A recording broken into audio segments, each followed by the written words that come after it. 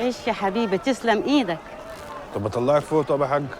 يا حبيبي خلاص كده، حلوه قوي قوي، متشكره قوي. على دماغي. السلام عليكم. مع السلامه يا حبيبي.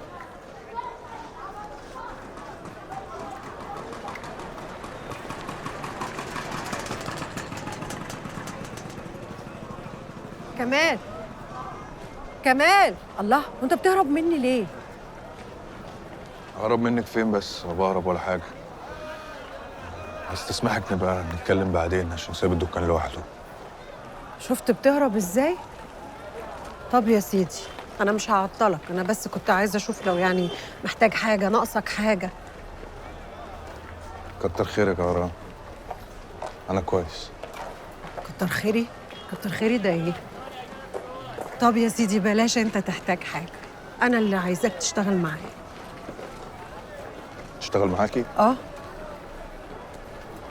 طب ومعلم رشاد عريسك عارف بالكلام ده؟ لا انت فهمت غلط.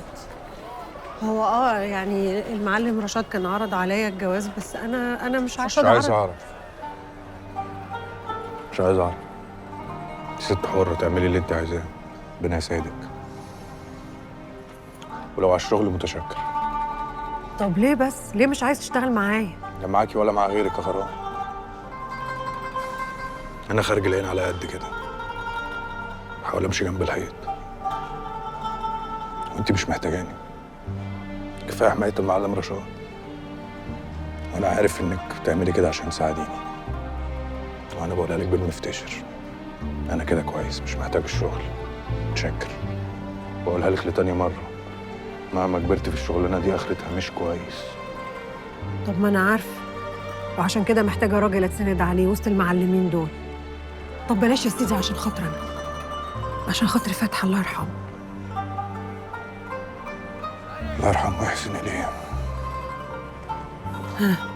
انا كويس كده غرام. عموما لو احتجتيني قوي يعني هتلاقيني موجود حواليك، متقلقيش.